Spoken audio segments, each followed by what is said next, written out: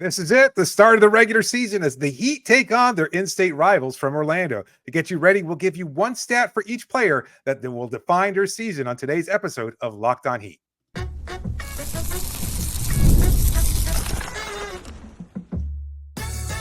You are Locked On Heat, your daily Miami Heat podcast, part of the Locked On Podcast Network, your team every day. All right, welcome to Locked On Heat, your daily podcast on the Miami Heat. Whether you're tuning in on YouTube, Odyssey, or your favorite podcast app, thanks for making Locked On Heat your first listen every day. I'm Wes Goldberg, editor at allyoucanheat.com, here with David Ramil. Both of us are credentialed Heat media members who cover this team every day, and the best way to support the show is to leave a 5-star rating and review on your podcast app, and then join more than 14,000 Locked On Heat lifers by subscribing on YouTube. A reminder that today's episode is sponsored by Gametime. Download the Gametime app, create an account, use the code LOCKEDONNBA for $20 off your first purchase. The Heat season starts tonight, and we've had a bunch of great content the last 2 days. We had our bold predictions go up on Monday. We had an interview with Alonzo Mourning that went up on Tuesday to talk about the Heat honoring Pat Riley by naming the court after him. But we get back to the basketball today, David, to look ahead to the Heat season. I put together a list of the most important stats for each Heat player this year that will determine his and the Heat's success. So we could just jump right in at the very top with Jimmy Butler. Yeah, let's do it. This one's pretty simple. The one stat that I'm looking at for Jimmy, games played. Yeah. He played 60 games last year. How many games is he going to play this year? He's saying all the right things. He's talking about playing more games. He played 4 out of the 5 preseason games, including on the second night of a back-to-back in one of those. I think he set the tone appropriately for what should be a season where he's more available. And, of course, he wants to be more available. But he's never played more than 65 games in a Heat uniform in any regular season. He's 35 years old. Just because you want to play more doesn't mean you're going to play more. And I think that's my main question with him is how many games do we see Jimmy Butler in? Do you have a benchmark for what will determine success for Jimmy, or is it just in a kind of a bigger term, a bigger scope here? Like games played is the stat worth monitoring if you're going to measure Jimmy and the Heat season being a successful one? That's a good question. I hadn't thought about it. I mean, to me, I would at least like him to hit the 65 game minimum to qualify for awards. Not that I think that Jimmy Butler needs to win awards in order for the Heat season to be successful, but if the NBA is out here basically saying, yeah, you know what, 65 games for star players, that seems to be about right. Well, then I want my star player hitting that NBA determined threshold now. And yeah, it would be cool if Jimmy Butler was able to qualify for third, second team All-NBA or something like that at the end of the season. I think that stuff is important, even if Jimmy Butler doesn't think so. And from everything he says, he doesn't think so. But I think so.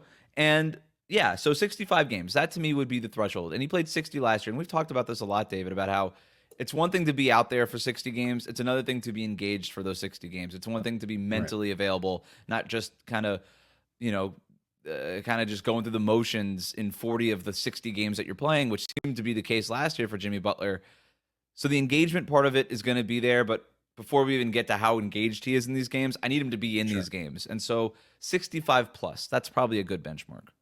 Yeah, I think I'd agree with you there. That will really set the tone. That will carry the team. We know that the load on offense is going to be carried more by Tyler, Terry Rozier, Bam Adebayo, etc. Jimmy's probably going to have to do less, but we don't expect him to have to take his foot off the gas completely. And so he's still going to have to make an impact, as you say, be engaged while he's out there. From what we saw in the season, that certainly looks like that's going to be the case. And we know that this season, win a championship. He said that's the goal. And that being the case, then he has to play like it at a high level, avoid the play-in and all the things that are going to be necessary in order for Miami to have a deeper playoff run than most people expect them to. So I like this. This is appropriate as far as the stat worth watching. Like you could look to 3-point shooting, you could look to free throws per game.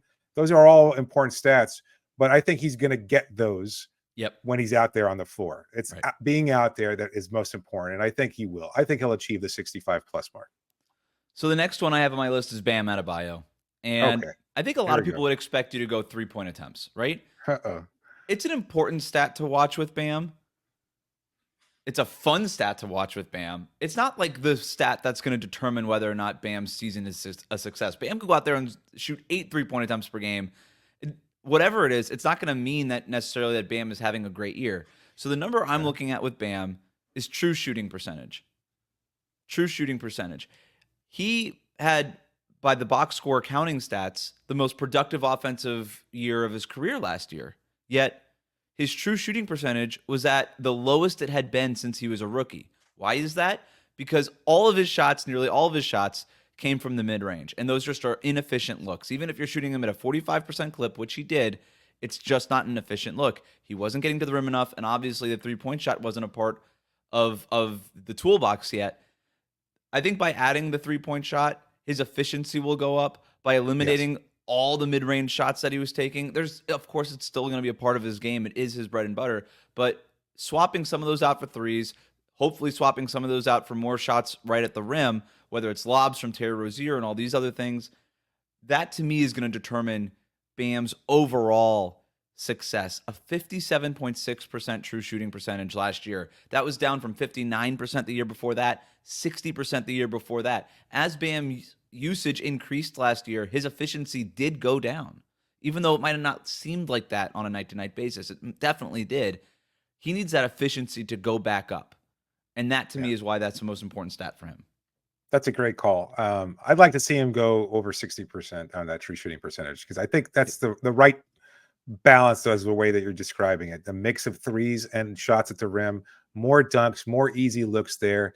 And I think one is poised to set up the other, obviously. Like when you shoot more from the perimeter, the space will be there. You'll have more opportunities. They can run different things on offense. All about creating different looks. That's the problem with Miami's offense last year. It was so stuck in the mud, so overly simplistic. There was no off-ball movement. It was easy to shut down. We've talked about this a million times. There was just so many possessions there where they would dribble the ball out for 20-plus seconds and realize, oh, we only got 4 seconds left on the shot clock. We got to do something.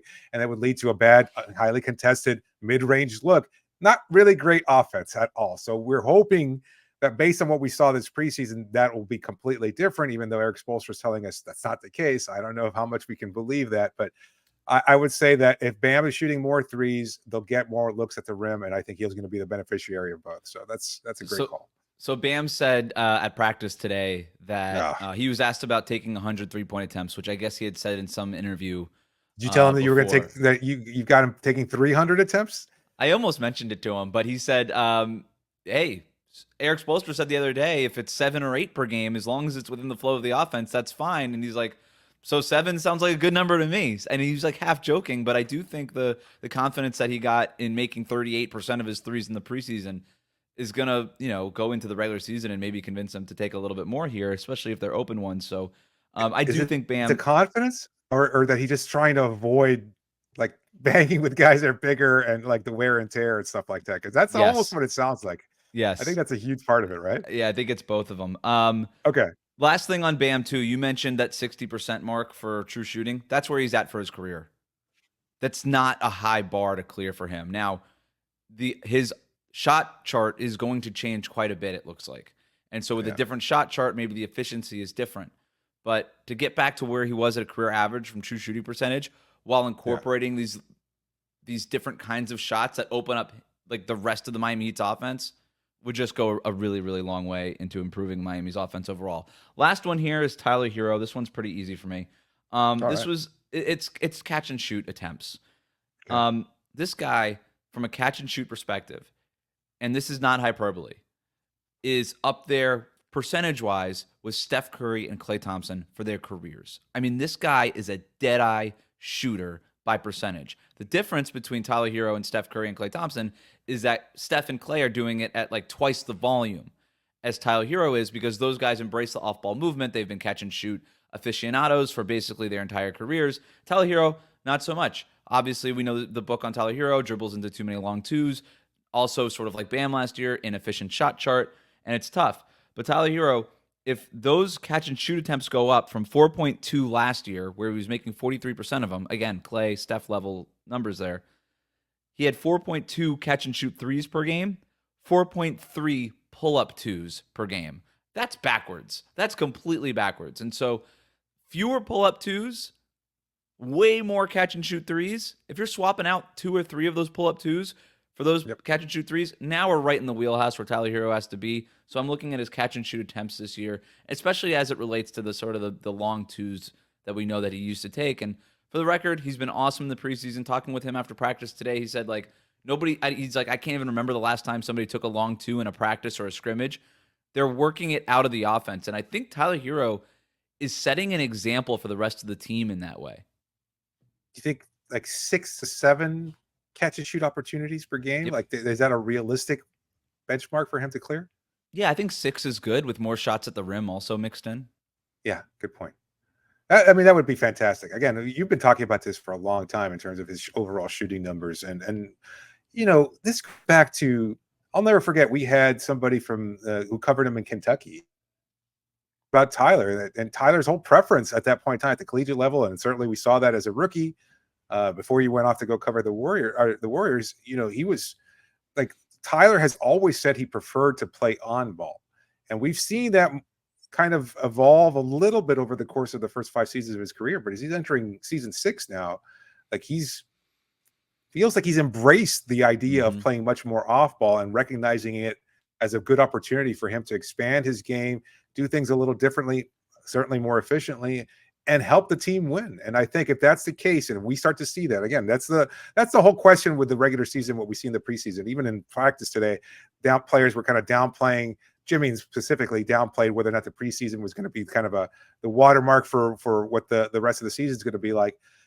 I think if you look at what Tyler's capable of doing, and he's able to incorporate more of what we saw in the preseason and during the regular season, it's going to be a great year for him. And he's going to, again, be a catalyst on offense, and he's going to be a huge beneficiary of what works well for him. So it's perfect. It's great.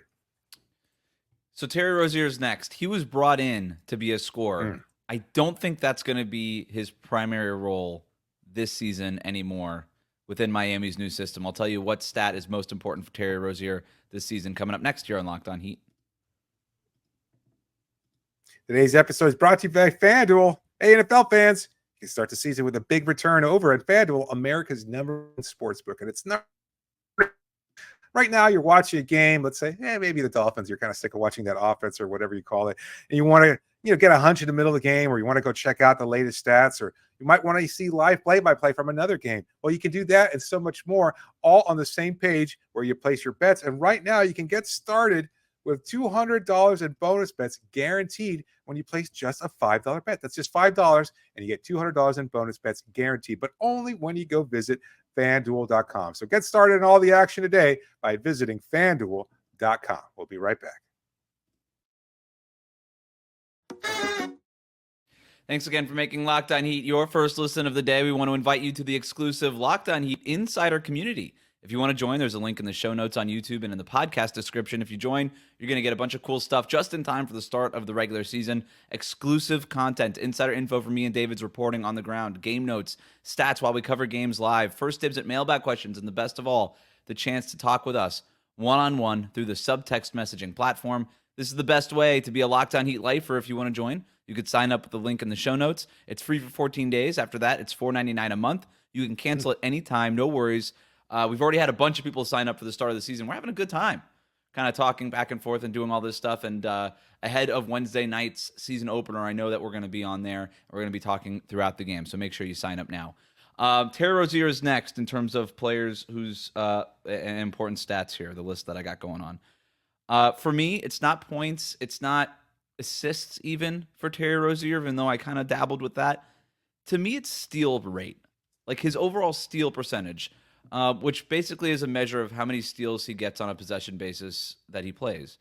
And the best steal rate he ever had was those last couple seasons when he was with the Boston Celtics, where he really sort of emerged onto the scene as Scary Terry and became known as this sort of two-way threat. And obviously that kind of went sideways in Charlotte, where he was asked to be a volume scorer, wasn't the defender that he was in Boston. And then the Heat traded for him in part last year because Kyle Lowry wasn't shooting the ball and they needed somebody to put pressure on the basket and help juice an offense that had been struggling. And I think with the new system that Eric Spoelstra has put together here, and specifically what he's asking Terry Rozier to do defensively, and I remember asking Spo about this after one of the preseason games about what he's thought about Rozier defensively, and he's talking about how much he's embracing it and being a point of attack defender, fighting over these screens so that Bam can go and drop and all these things. And it really helps their defense overall.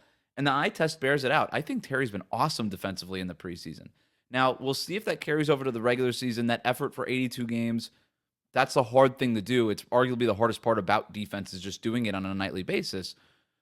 I think he's going to do it. And I'm using steal rate as almost a placeholder here, David, because it is sort of like an indicator of how much he's doing in between the game, in between the scoring and the assists, all the stuff that is certainly important. But like steal rate, rebounds, deflections, whether it's like the stuff that is tracked by Second Spectrum or what Miami's tracking internally, all that stuff, that to me, those like in between defensive stuff, that's the most important thing for me with Terry Rozier. I thought you would have gone deflections on this basically, because it does seem to measure Same those thing. kind of intangibles. But yeah, you're right. Yeah. It kind of fits into that same category of, what are those statistics that aren't really measured as frequently or seen as obviously while you're out on the court. You could have gone assist rate too, given the fact that Terry's going to be handling the ball more. But how the offense has worked out with so many players handling the ball and kind of setting up plays for others and much more passing, especially to players cutting and stuff like that. I don't know if that's necessarily going to be the barometer. But we talked about this before. Terry and Tyler, the starting backcourt, so many people had concerns about them going into the season, even into the preseason, wondering, oh, they're too small. They're going to get played out of the court. Tyler's not a good defender. Terry's not a good defender. But we haven't seen that through the preseason. Yeah, they still have perhaps their individual weaknesses. Terry's probably too much more of a gambler than he should be. Tyler's always going to be a little undersized. It doesn't matter. I think it's worked. And I think as long as you have activity from them and you've got activity on the back end as well with everybody else supporting, a lot of help defense, you've seen the schemes kind of change and evolve. I think it's going to work out. So it's a good call out by you. If you disagree with any of these, by the way, let me know. Like the assist rate on Terry Rozier is a good call. I just don't know how much he's actually the lead playmaker, and does it really matter if he's not? You know what I mean? It's almost but deflections, steal rate, stuff like that. If he's playing defense at a high level, he's going to be on the starting unit. Right. Because that's then more everybody else important can take. Everybody else is going to take up the scoring load, or you've got enough playmakers already out there. I mean, you've got 4 other playmakers: Tyler, Bam, Jovic, Jimmy. They all can make plays for other. Terry has to be able to be out there and not be a defensive sieve, because that gives you one less player to attack, because they're going to go at Tyler. So you want to make sure that you at least have somebody to complement him a little bit. So it's a good call. I've got Nikola Jovic next on my list. This one's probably the simplest one out here. Can you guess? Rebound. No, 3-point. I thought about it, but 3-point percentage. That to me is going to be the most important part. I think rebounding, screen assists, if we want to kind of get into some of those more tracking type data stuff, all that stuff is going to be important. Block rate even, but that stuff's going to be important. But to me, it is fundamentally 3-point percentage with Nikola Jovic. He shot 40% from 3 last year. He was like a 44%. I think off the top of my head, I have that right from the corners. He shot 29% in the preseason. I think he's definitely closer to being that 40% 3-point shooter that he was last year than the 29% shooter that he was in a limited preseason run. Mm-hmm. But if he's making those threes, and he's even talked about this, I'm almost using his words just to prove my point here. He's talked about, hey, the first thing I got to do is make the open threes. He's talked about this a number of times. That's it. Make the open threes, and then everything else you do, obviously that's more important for Nico's development, for him as an individual in his own career in the NBA. But in terms of the context of what the Heat need from him, it's making those open threes.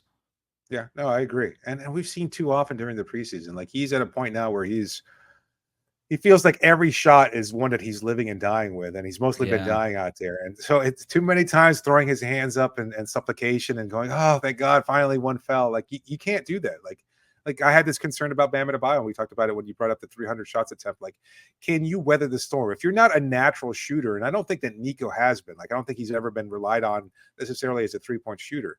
This isn't like Duncan still struggles with it. We talked to him about it at media day. Like every shooter, maybe with the exception of Steph Curry, goes through that kind of point where you just like the shots aren't falling. And guess what? You don't care. You have to have a very short memory. It sounds cliche. We hear Reggie Miller say it all the time when he's on broadcast, but it's absolutely true. Nico does not have a short memory. And I think that's somewhat problematic. If he's going to hang on to that starting job, he's got to be able to just forget it and figure out ways of making impacts otherwise. And we've seen that We've seen that a little bit more with his defense and being able to get into the mix a little bit in the painted area. But the three-point shot is still so important for him. He has to be able to hit those. And if he misses a couple, if there's one game where he goes 0 for 4, guess what? Next game, buddy, you're 4 for 4 instead, and just make it up that way. It all balances it out in the end. Speaking of three-point shooting, Duncan Robinson's next. I know this guy's going to make threes, right? At the end of the year, he's going to be shooting 40+% from three-point range. I don't have any question about that. What I question is how many three-point attempts he's getting. So last year, he took the fewest three-point attempts per 36 minutes than he has since his rookie season. And a lot of that was because he was asked to do different things as a playmaker, getting to the rim more and stuff like that. And it was really cool to start the year. But as the season went on, and you remember this, David, I was like, this stuff is kind of cool, but the three-point shot's still worth more than these two-point shots, right? And I was like, let's get back to what he does at an elite level, even though this stuff is really interesting. The attacking the closeouts when it makes sense is always going to make sense. But for Duncan, I need that three-point attempt rate up, especially if Miami overall is trying to get their three-point attempt rate up. And so for his career, he's usually between 9 and 10 three-point attempts per 36 minutes. He was, I think he needs to get even higher than that. Maybe set a career high, like between 11 and 12 would be a good number for him. And that would indicate some good stuff is going on for the Heat. That would mean like major changes to the offense. I think a part of the diversification for 36 minutes.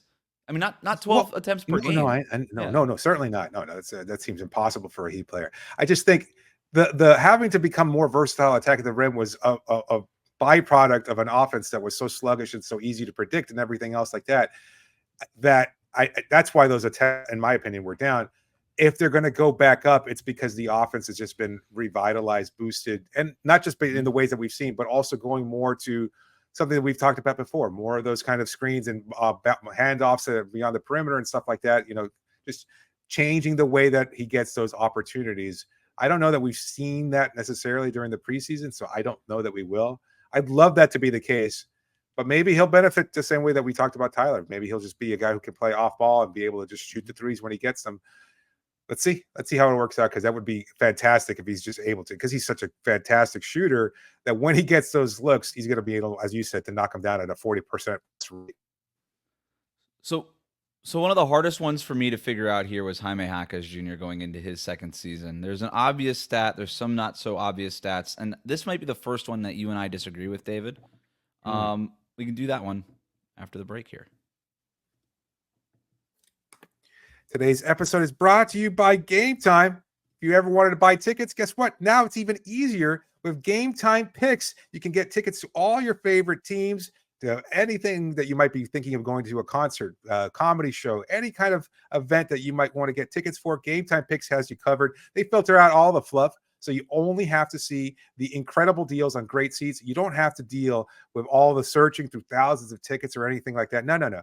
Gametime has you covered. And best of all, Gametime Ticks makes it so it saves you more time to find all the tickets you want, and you can get the price that you want to pay right away. No worries about any kind of fees down the road, nothing kind of coming at you by surprise as you're ready to check out. No. You know exactly what you're going to pay once you see what those tickets are available, and you can get so many things, so many different features that makes buying tickets such a great job. With Gametime, you get your seat views, you've got their lowest price guarantee, so many different things that make sure that Gametime gets you the tickets you want at the price that you're NBA, and you get $20 off your first purchase. Now, terms to apply, but create an account and redeem the code.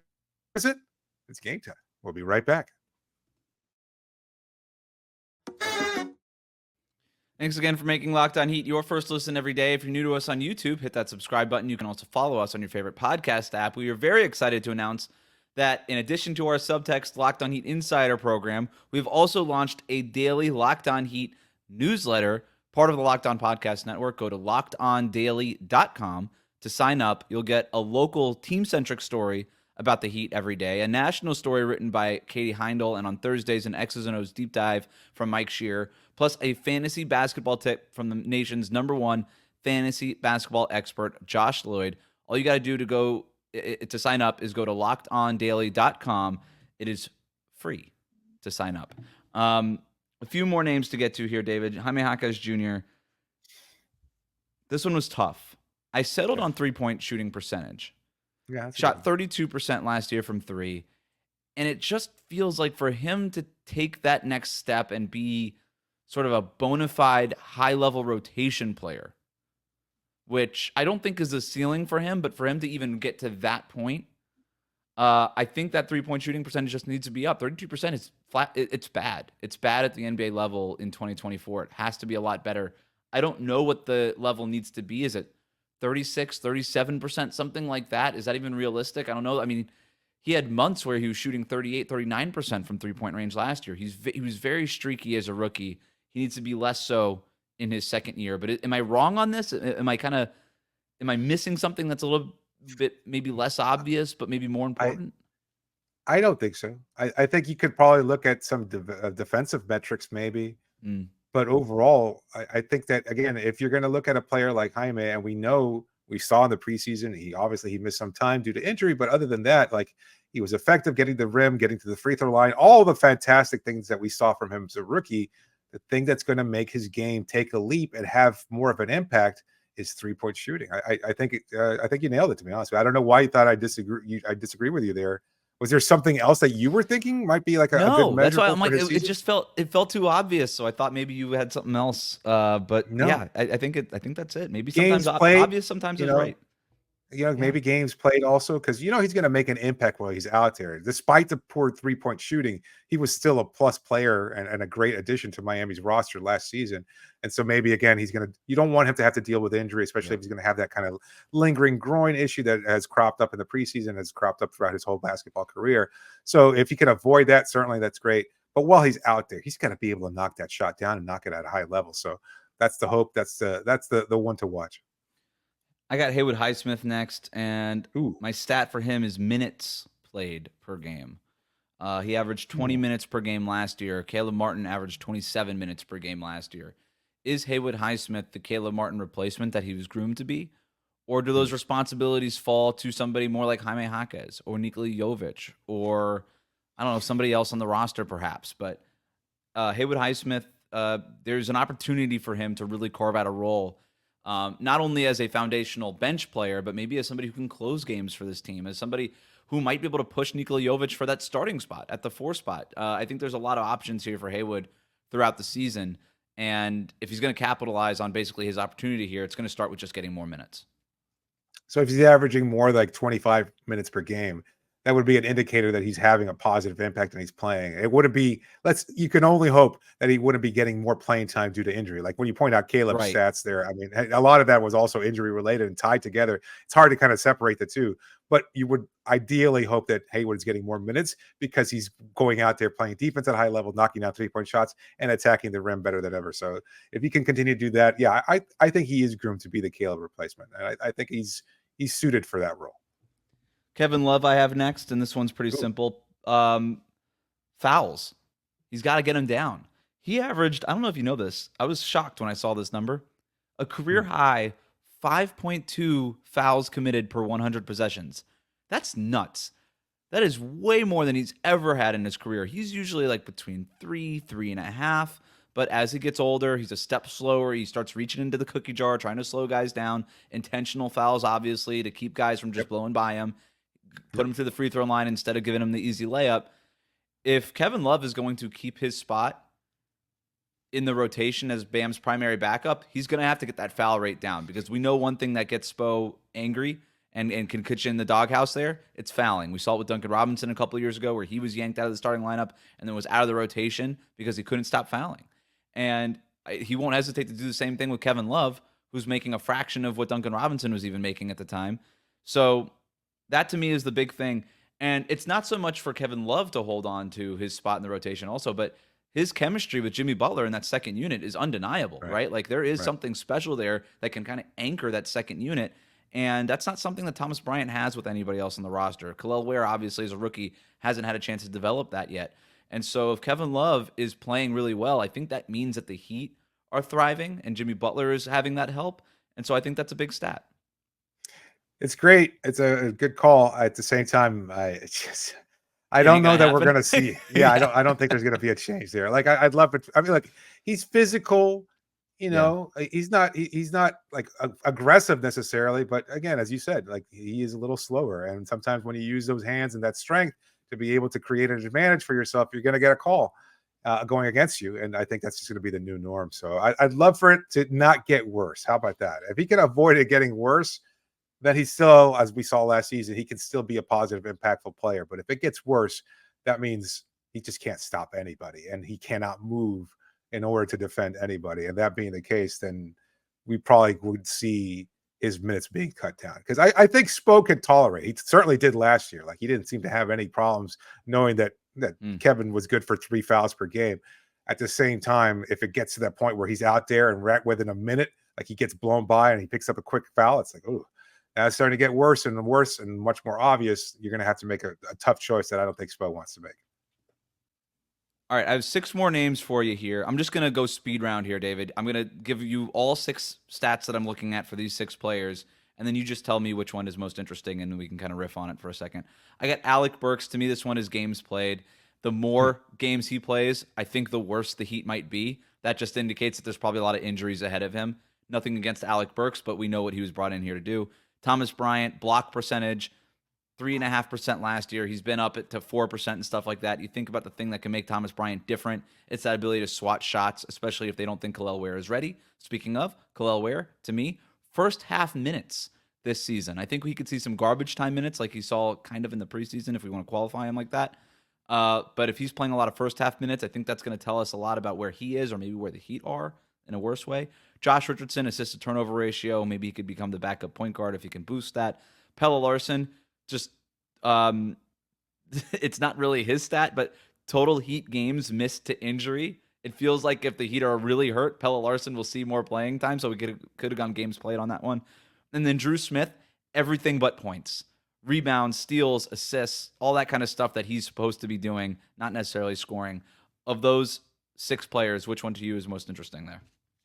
I think it's Ware. I mean, I think that's the question everybody has going into this. Like, I think a lot of people are excited about the rookie, whether or not he can make an impact. We've got constant people telling us, oh, he's got to start. I mean, throw him into the fire. That could backfire. You know what the problem is by being thrown into the fire? You get burned sometimes, and you don't necessarily heal from that. So you don't necessarily want to put him out there and have him be victimized and have his confidence broken. Like, I don't know that he lacks confidence. Certainly that doesn't seem to be the case. But you don't necessarily want to test him either during his rookie season. You've got plenty of time for him to be able to develop and make an impact. Apologies for that jackass riding around in a car that's much too loud. In any case, the point is you want Ware to be able to play, be impactful, and if that takes time in order for him to reach that level, guess what? You wait. You take the time, and then he'll be impactful later on. Yeah, I'm almost thinking now maybe I should have switched this to like games played or minutes played in March. Because maybe by then he's sort of developed. Yeah, let's just switch it. Let's rewind it, switch it. Minutes played in March. That would have been really smart if I had said that. If he's developed into a real guy by then I think that means that could really go a long way for the Heat. And I think one of the reasons we haven't seen a lot of Kel'el Ware early on alongside Bam or those lineups is because Eric Spoelstra is in the middle of sort of revamping everything from the ground up already. So to throw in that other element of now we also have these 2 big lineups that we've got to try to get to while we're trying to also play 5 out at the same time and learn all these things, it might have just been too much too soon. And so if the Heat have nailed the 5 out stuff by the All-Star break and Kel'el Ware is developing behind the scenes, then maybe by the playoffs it's like, yeah, everybody's ready for our 5 out thing, but boom, here's this other thing, the 2 big lineups. That could be really surprising and seems exactly like this kind of thing that Spo would want to do. So that would be kind of interesting. Hopefully it's not an indicator of Kevin Love taking even more of a slide over the course of the Thomas season. Bryant not being capable of playing and all this stuff. There you go. Really excited. Miami Heat season opener tonight, Wednesday night against the Orlando Magic. Of course, we will have a recap for you from the arena after the game. But for now, thanks for making Locked On Heat your first listen every day. Like, comment, and subscribe on YouTube. Follow us on your favorite podcast app.